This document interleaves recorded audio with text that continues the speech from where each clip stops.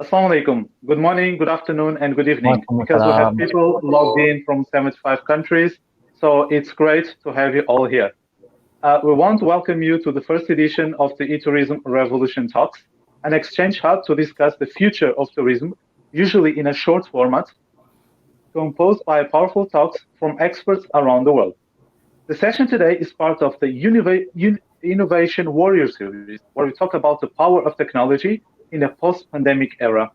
So we bring top global innovators to give us their advice and guidance in how you can leverage technology and take your business to the next level. Welcome to this fantastic talk. But first, let me introduce myself.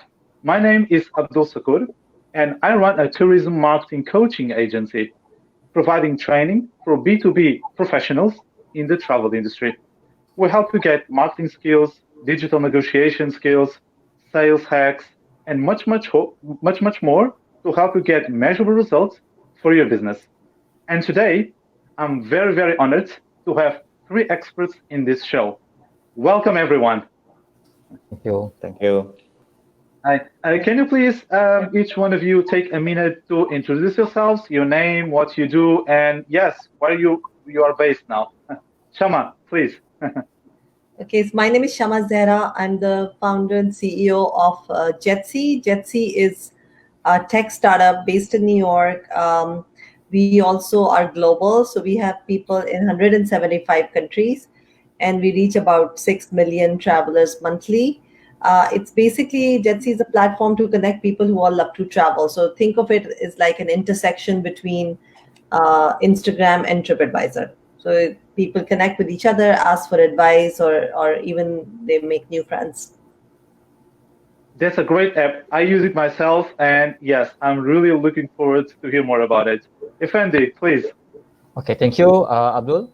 My name is Effendy. I am the CEO of Blogwork Sdn Bhd, a startup company from Malaysia. We are system integrator. Basically, we created a lot of solution for other business. Our client is another business. We are not directly to the end users. And basically, our solution will be used by our clients to get more people for certain area of solution. For example, we created a solution for e-commerce. We created a solution on the robot data for data management for several agencies. And now we will have our own platform in terms of promoting, we call as a social enterprise for the business, especially for the startups in region in Malaysia and ASEAN. Because of the COVID pandemic, a lot of people want to do business and they want to digitalize their business, and we cater this kind of solution for the business people. And basically, I'm more on the blockchain architect, so I'm focusing more on the blockchain solution as my expertise. But started from last year, our business clients, they are focusing on industrial revolution 4.0. And my background, I did my degree for blockchain in Frankfurt, Germany.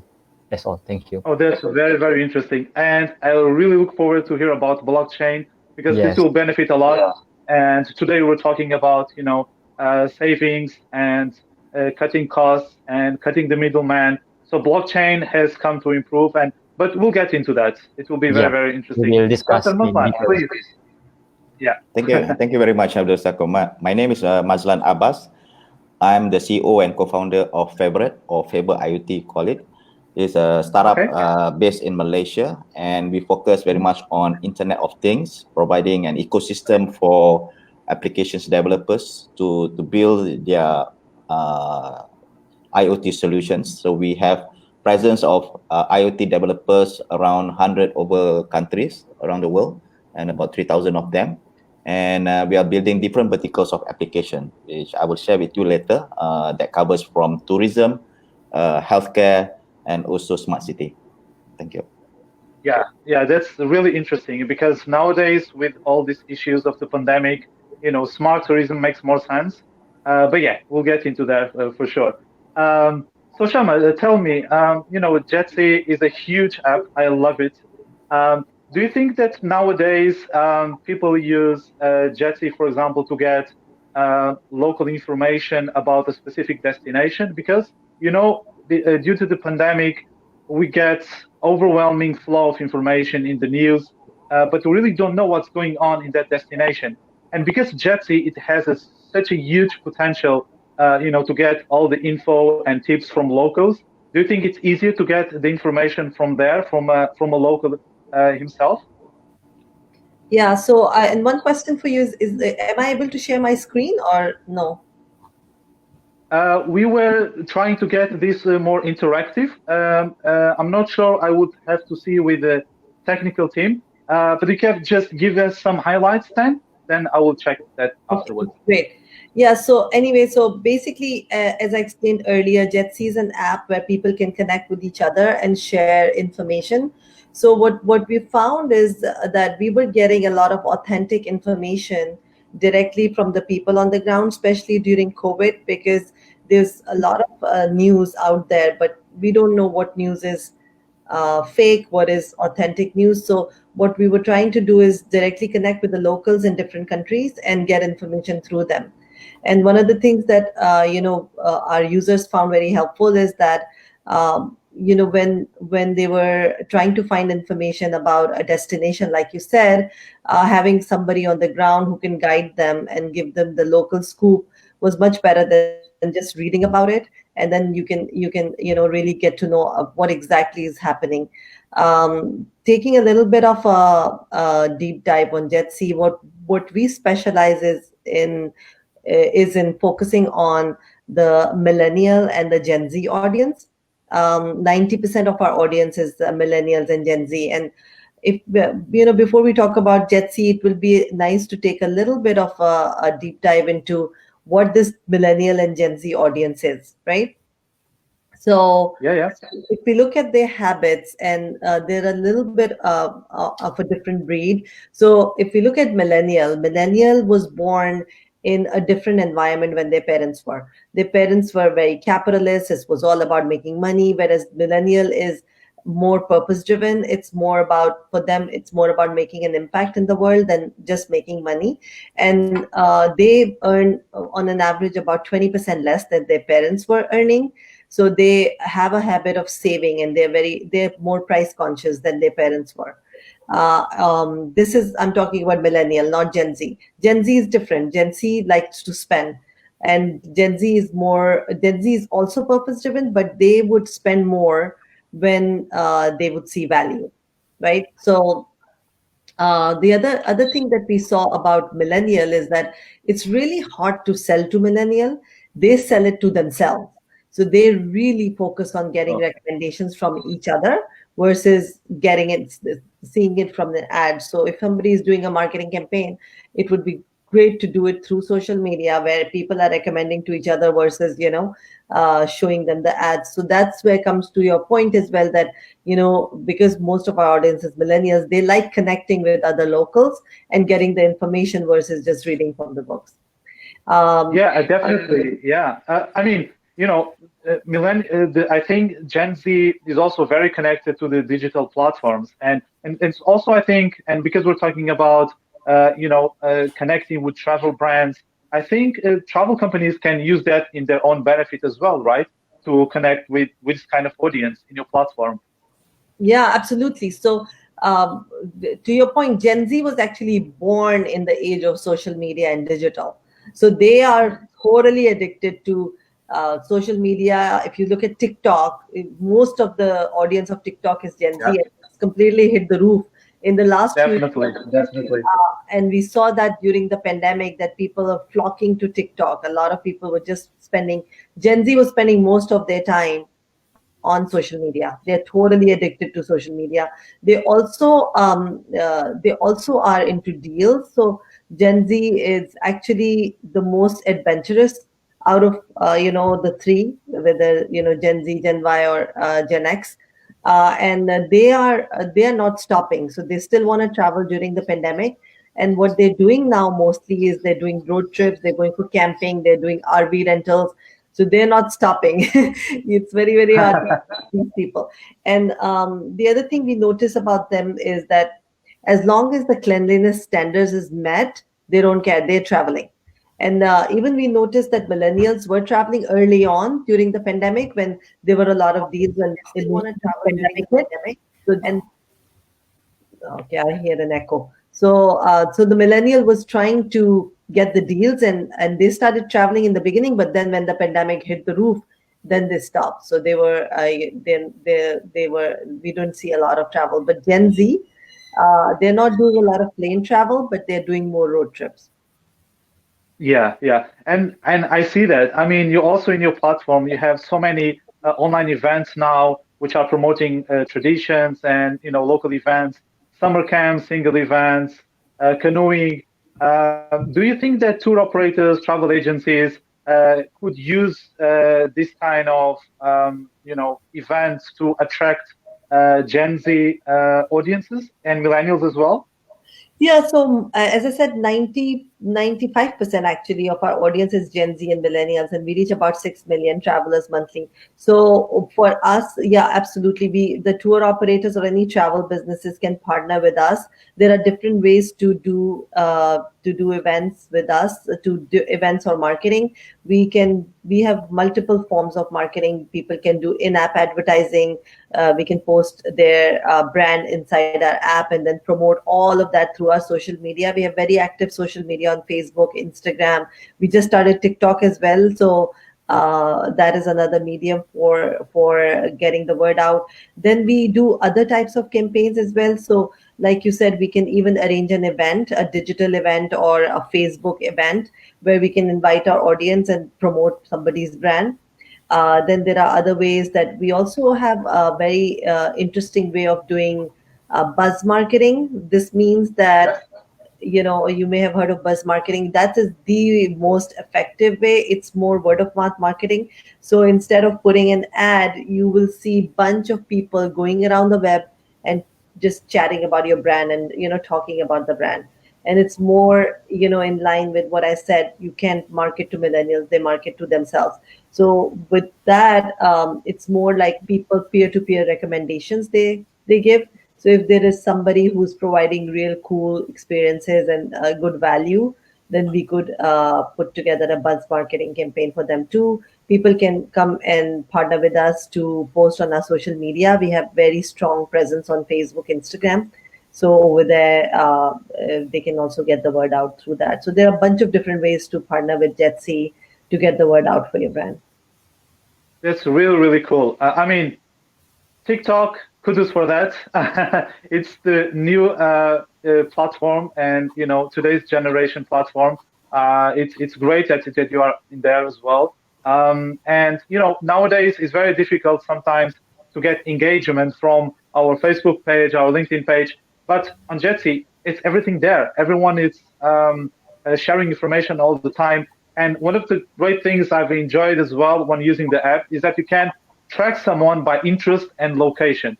So that's a really, really great feature. So if I want to get someone like 10 miles from here, I can find someone with same interest than me. So that's a really, really cool feature. Are there any other features in the pipeline?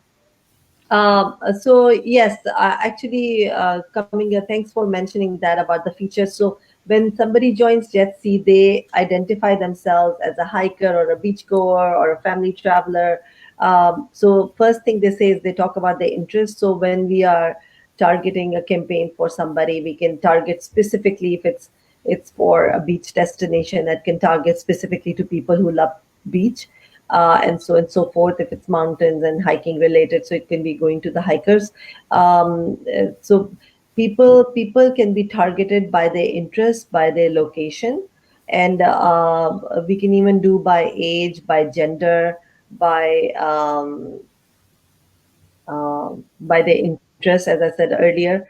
We're also bringing different experiences. We're going to be partnering up with Airbnb and some other companies where people will be able to experiences through our app. So there are a lot of different features also coming. We are also planning to add video. We don't have video right now, but we are planning to add that. And then we will be also making interest-based groups. So you will be able to come and For example, the purpose of the app would be that you can pretty much land somewhere. Let's say you land in Malaysia. On the ground, you'll be able to see what type of people you can meet, what type of things they're recommending, and what type of experiences you can do. That's really, really awesome. And because we are talking about technology in a constructive way, and also you mentioned, Sharma, that as long as there is protocols of hygiene and sanitization, Gen Z, for example, they wouldn't mind to travel. So I would maybe focus a little bit to asking to Dr. Mazlan. In that situation, that we are living right now, everyone wants to have peace of mind. So how do you think that travelers and tour operators can achieve that peace of mind when traveling somewhere? Okay, thank you very much. Other than what Sharma had mentioned just now about the groups, traveling and with their friends and all that, travelers are mainly concerned about three things. One, as you mentioned just now, is about cleanliness of places that they are going to go. It's more about not just killing the viruses, but I think, maybe try to clean any remaining dirts and all that, especially when they stay in the hotels. And secondly, if you look at, if they want to have this peace of mind, they must ensure that the surroundings and the places that they go have a very good way of managing health. Having that temperature scan, making sure that social distancing is always there, especially in the hotels, restaurants, and all that. And thirdly, they are looking at more about safety, about crowded places, understanding where are the places of red zones, for example, hot zone or hot spot, where there are cases of COVID-19, positive COVID-19, there's certain clusters and all that. So in fact, like Malaysia, for example, comparing with other countries within our region, Malaysia still is a cautious country that would love to travel. Malaysians are, so the SOP is quite tight also. So we follow very much on the SOP. So if you look at the travelers, safe is something which they want, but they also want to have fun, have some fun, not to really attach to very tight schedule of the tour operators. And the tour operators themselves, I'm sure they want to make sure that all their customers are well connected, managed well, so that they can have that freedom. So in fact, for us, Faber IoT ourselves also have developed solutions, which even before the COVID-19, we call it Discover. So in fact, we would like to actually complement what Sharma have this on the Jetsea application. Yeah. Now we have a group, but when the group comes together, they need to find a way of finding their whereabouts. So location is always tracked 24/7. Of course, within that private group, they have the ability to make sure that they can have some form of privacy, for example. So in cases where they don't want to be tracked, to be located where they are, they can disable their location. But during the journey, it's very important for them to always understand where they are, whether they have already checked into the hotel, checked into the places that they wish to be, and to ensure that if there is any cases of emergency, they are well connected. They know where they are. They can find where their friends that need help. So that will ease their peace of mind while traveling. That's the one that we love to suggest that users to use Discover. For tour operators, for example, I'm sure when traveling with tour operators, the head of the tour guide have difficulty even to manage the group in the bus. Whenever they go down, when they reach to a particular place, they have difficulty to manage to find them back. So once you let them go, you're not sure where they are. And the travelers who just go out, the tourists, they want to find their buses to go back. So the only way for them to understand this is through a location-based kind of services. Use an app that can help them to track the bus, the tour operator, or the travelers themselves. Yeah, that's really, really a great tip, I would say. Using an app to locate travelers nowadays, it's a must. Do you think that group traveling is a trend that is going to happen in the next years as well? Because of social distancing, we're thinking, oh, maybe I don't want to get into the crowd and get so many people around me. So what are your thoughts about this? Yeah, that's one thing. I think the new norm of traveling most likely will not be in a group. So that's what the trends that we are seeing now. I think people want to travel within their own comfort. I mean, with their family, with which they trust, or the friends which they have already trust. So either they go alone, travel alone, or with few members. So that's the trend that you're going to see. Yeah. Yeah. And what advice, for example, do you give to travel companies to help build trust for travelers to travel again? Okay, if you take a look at one of the things which I think, as I mentioned earlier just now, there are three things that we need to look at. You know, the safety, the healthcare, and also the cleanliness of the places. Because if you look at the traveling, it's not only when you travel, it's before you travel.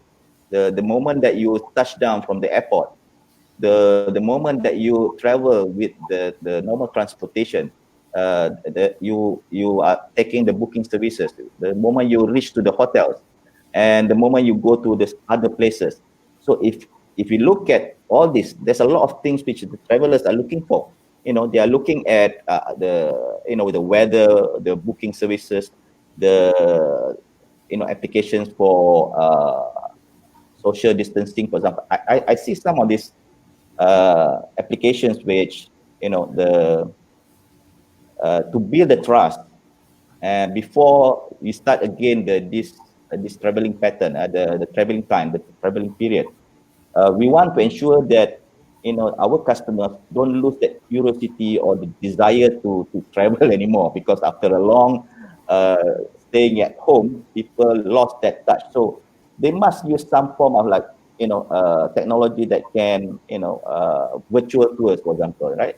So you use the virtual reality to ensure that you can still have that feeling of where you want to travel. The webcams, the live streams that people are now showing, and this so they must always to stay connected with their customers to ensure that they are in fact are going to be well taken care of with these new norms that we are saying, so to ensure that they will be more enjoyable in their next trip. Yeah, definitely. I perfectly agree with you, because that's what we need. We need to make sure that, at least from the travel perspective, that all the conditions are gathered so that people can travel again, and this will really, really bring us some kind of comfort.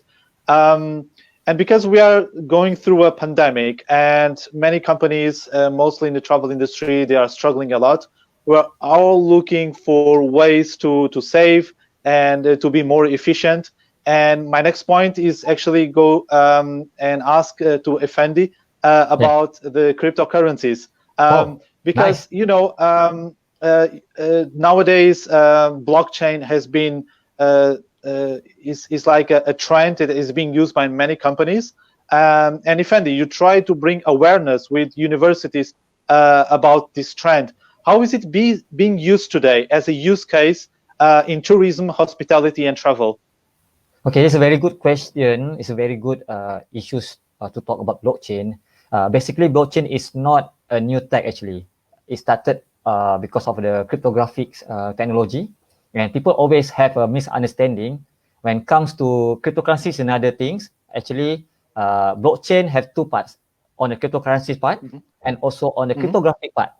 You must differentiate between cryptographic tech and cryptocurrencies. Of course, cryptocurrencies involve cryptographic technology, but not all cryptographic solution will involve cryptocurrencies. Okay, and blockchain is about technology, and people always misunderstanding when it comes to blockchain is about Bitcoin, cryptocurrencies. But of course, the movement, the expansions of cryptocurrencies become larger, become large every year because of the usage is everywhere, especially the Bitcoin after the white paper by Satoshi Nakamoto. Is a very mystery guy, raised a white paper on 2009, and people use the Bitcoins everywhere.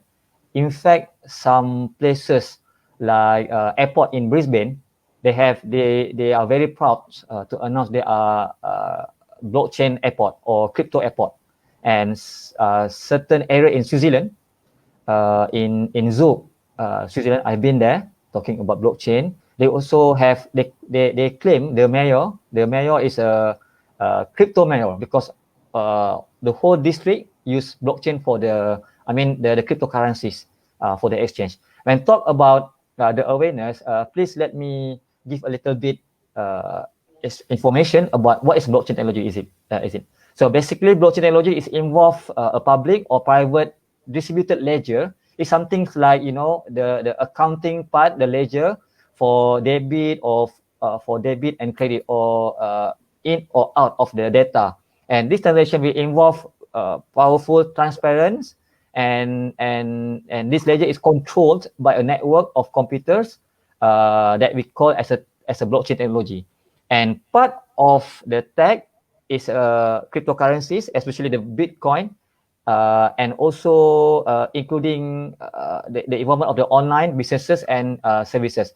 When you talk about, I would like to talk more about security. So what can we use blockchain and how blockchain tech can help to spur or to help industry blockchain to be more what you call more value, and we can share a little bit on the unique features of blockchain. It's about transparency and stability. It's about decentralized business model. It's about data integrity. Sharma talking about the data, of course. And we also want to eliminate the third party or middleman, especially when it comes to, if you're aware, I'm from Malaysia. When I want to go to Japan, for example, right, I need to change my money to USD first, because when I go to Japan, they do not accept ringgit Malaysia, our currencies directly. I need to change first to USD, then from USD I will change to yen. So it means that when we cut my value, right, at least 10%. If I want to change so something on the middleman. So by having because in Japan they legalize the Bitcoin, so the value of Bitcoin can be straightaway used there. So any countries, the value is same. I don't need the middleman, especially the remittance. So this is something on that matter. And certain countries like Japan, they are very advanced.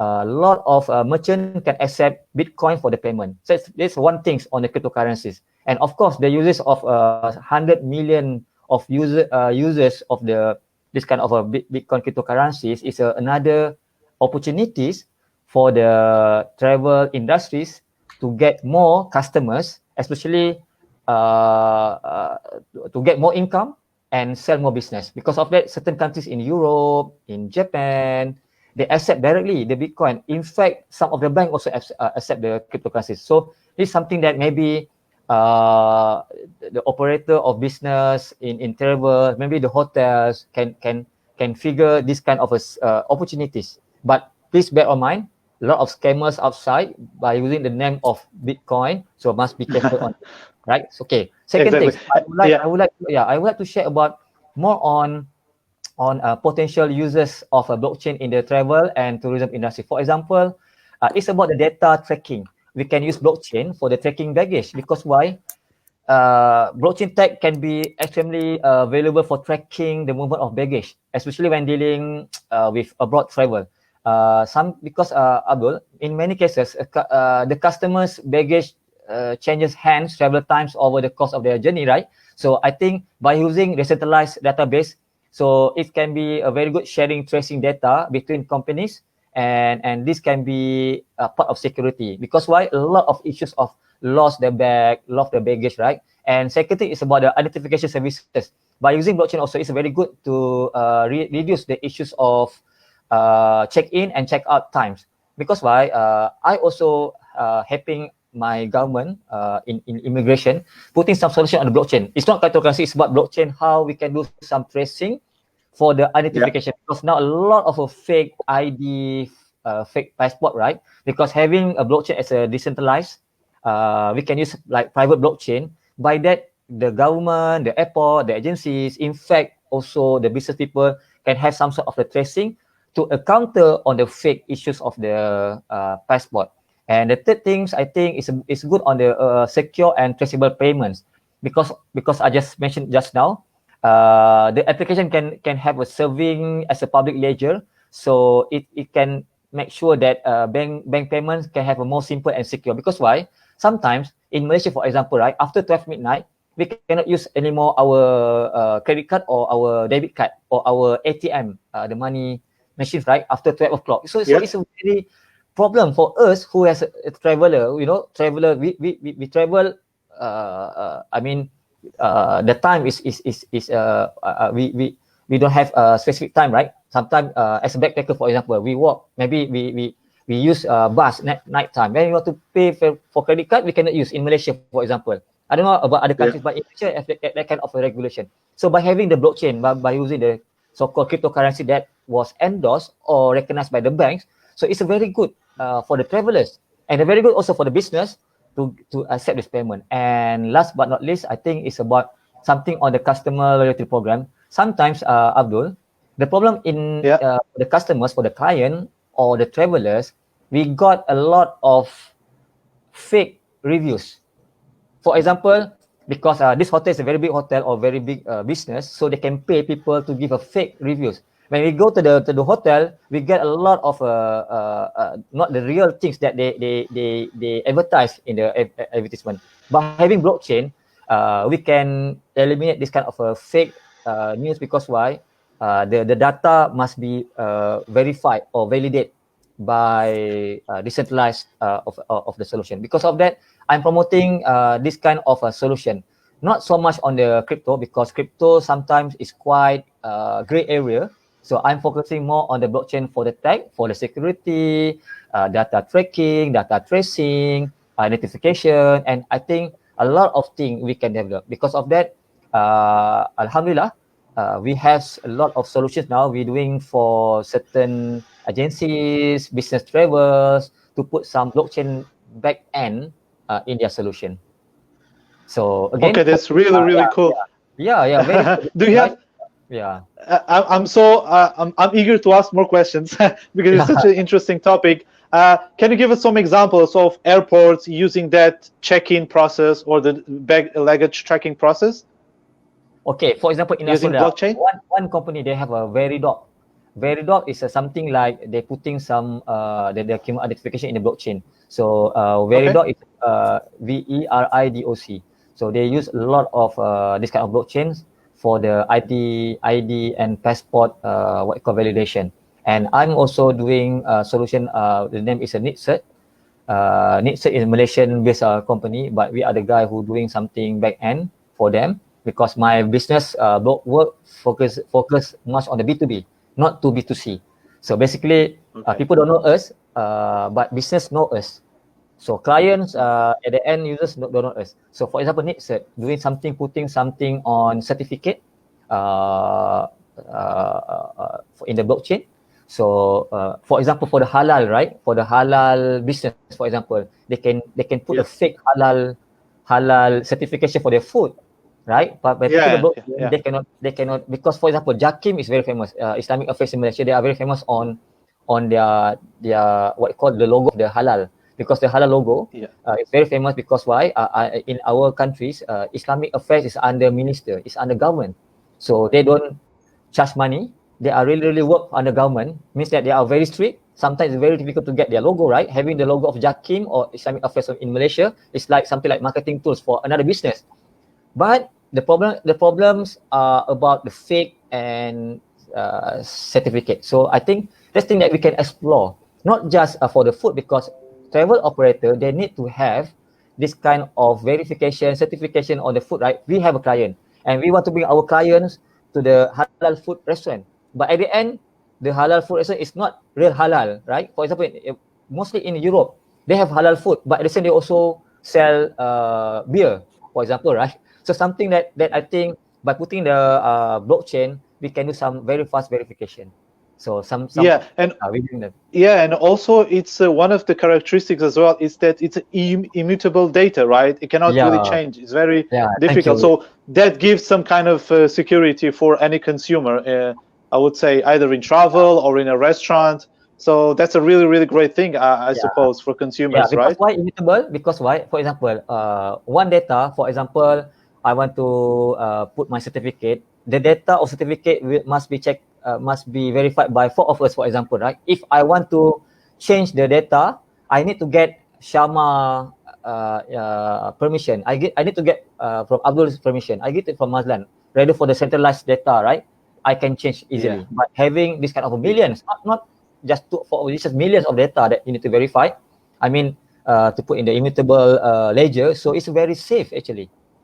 But don't see the perspective of cryptocurrencies, right? Because cryptocurrencies, there are thousands of cryptocurrencies, right? Sometimes will be a lot of speculation on that. But focusing on the data tracking, immutable data, the certification is very good now because of that. The blue chip banks like Barclays, like Paribas, what you call it? What is it in Spain? The one of bank, the BNP Paribas.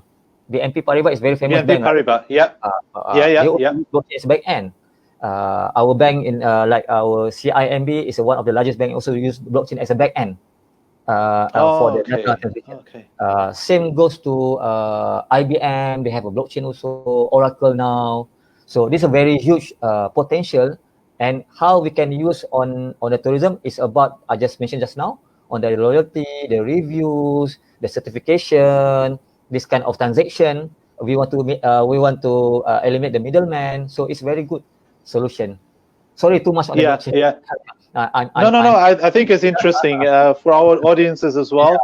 Maybe you can share some lights as well of advice of people that really want to go into this distributed ledger technology. For the first time, what advice would you give it to them? First, they must understand about the data. What is the importance of the data analytics? Definitely. Of course, I'm started with a big data analytics before I go to the blockchain part. And second things, they need to understand about because I think we can for the who want to start can learn from World Economic Forum. They have one initiative they call as a PACI. Partnership Against Corruption Initiative. So they put a lot of a blockchain solution under the solution as a tech for integrity. So the tech for integrity is under World Economic Forum based in Geneva.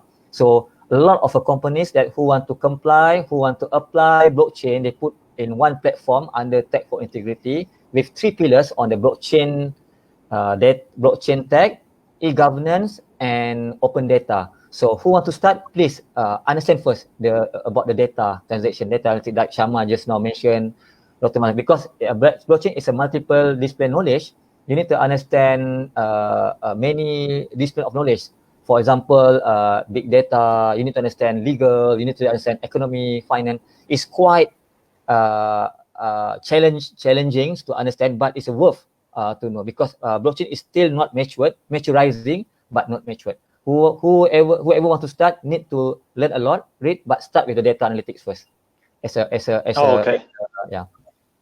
Info. Yeah, that's really great advice. It has been really good to have everyone's insights, but guys, time is against us. So last words, if you want to give some words of advice, and because we also are in collaboration with the World Halal Tourism Exchange, and there are many travel players listening to these talks. Do you want to give some words of advice to the travel industry? Just some words, maybe some case studies, lessons learned. Sharma, please. So in terms of what I would say is, looking at the COVID-19 pandemic, if people want to really keep themselves in the game and make sure that they don't lose the travelers, as we discussed earlier, a lot of people are concerned about cleanliness, and people are not taking that much air travel. They're focusing more on road travel. What we see especially from the millennials and Gen Z audience is that they value experiences much more than goods, and also they very much focus on authenticity. So as much as people can make sure that their brand has that authentic touch, there's some, they're focused on the environment, they're focused on giving back to the community. This audience really focuses on that, and especially if they can promote that, the safety and cleanliness of their experiences, then they may be able to attract the tourists even in this pandemic. Okay, perfect. Thank you. Dr. Mazlan? Okay. Sometimes we need to look at, pandemic like this also can be a blessing in disguise for tourism industry too. what I say is that is because there are cases where cities before this are overcrowded, over tourism, you would say, right? And they don't have plans to manage the number of tourists. So when this happens, suddenly there is no tourists, and they have more time to rethink and maybe to plan any mitigation issues. They can do the normal renovation. Sometimes when I went to like Istanbul, for example, places which is for tourists, but also places that are still under renovation. So you can see everything. So now they have more time to do renovation very fast. So without tourists interrupting them. So, but also there's a lot of things which not only the tourists, like travel operators have this impact, but also the startups, which trying to offer services to the travel industry are also being affected. People like us also being affected because we build applications meant for tourism. But yet, when this happens, we have to pivot. So a lot of companies of startups that offer tourist application solutions are now pivoting their solutions. So some of them doing a lot more process automation, helping the back-end system, rather to help rebooking, refund process faster.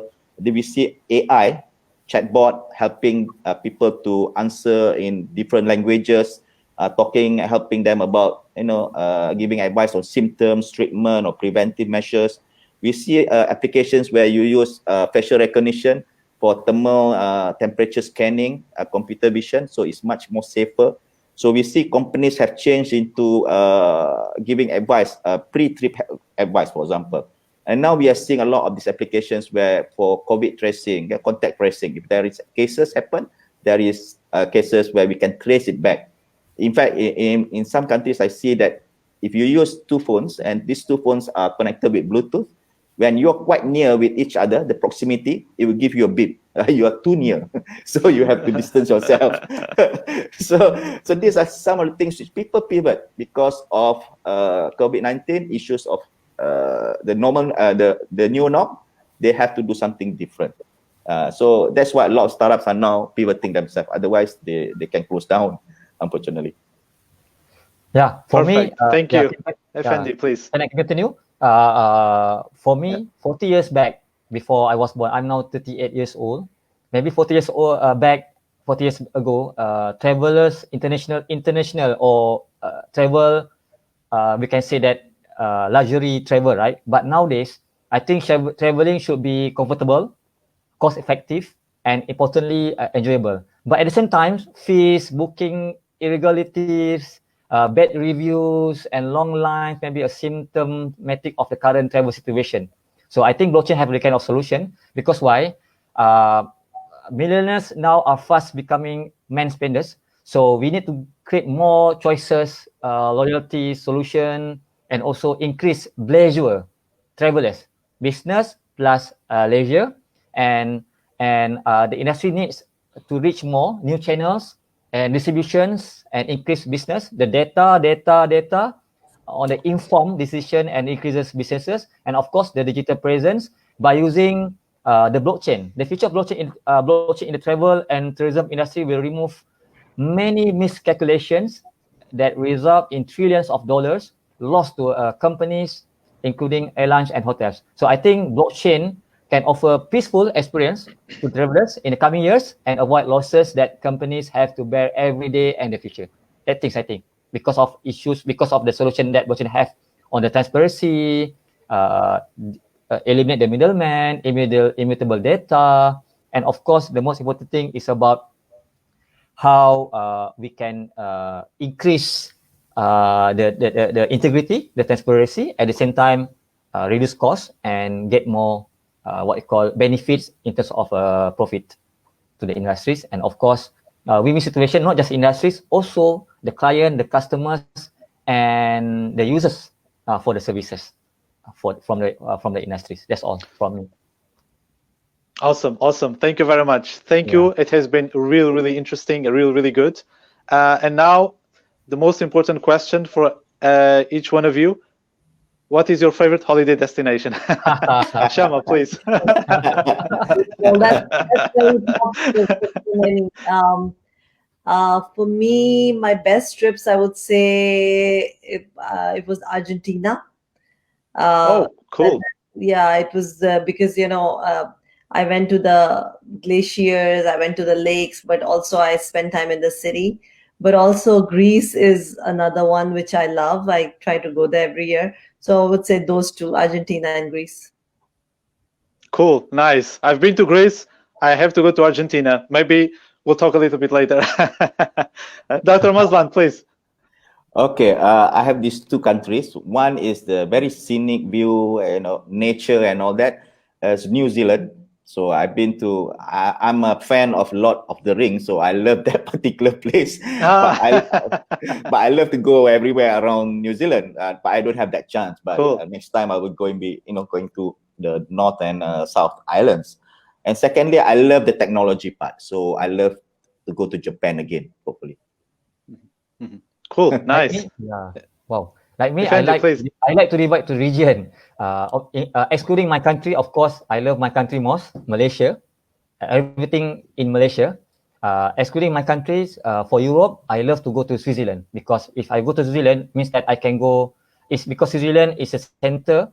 I mean the border with France, border with Germany and Italy. So Switzerland is the best for the very nice view. But Italy is the best for the food, because I love so much Italian food, like cappuccino, spaghetti, and pizza, right?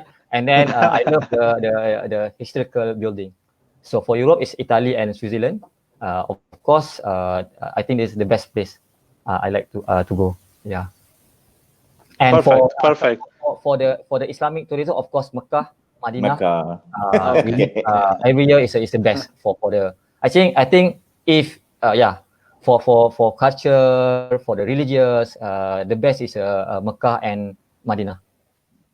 Perfect. I think the timer is on. Everyone's waiting for the visa is accessible to everyone. The borders will reopen. So we're all looking forward to it. Yeah, I want to visit Sharma. Okay. I want to visit Abdul. Exactly. Okay, thank you very much, guys. It has been really, really interesting. I really enjoyed this session. Thank you very much for your presence here in this session. And I really hope that we can have another session as well. But yeah, thank you for your presence. Thank you very much for your insights. Thank you for inviting us. Yeah. Thank you. So yeah, thank you to everyone for attending this session. I'm confident that this will bring a refreshing strategy for many viewers, for many travel players, many travel companies. And yeah, to the audience, please continue to watch our eTourism Revolution Talks. And our next session will be about the hospitality and tech industry in the hotels. So yeah, that will be very, very interesting. Stay tuned. Thank you very much. And yeah, see you next time. Thank you. Bye-bye. Thank you. Bye. Thank you.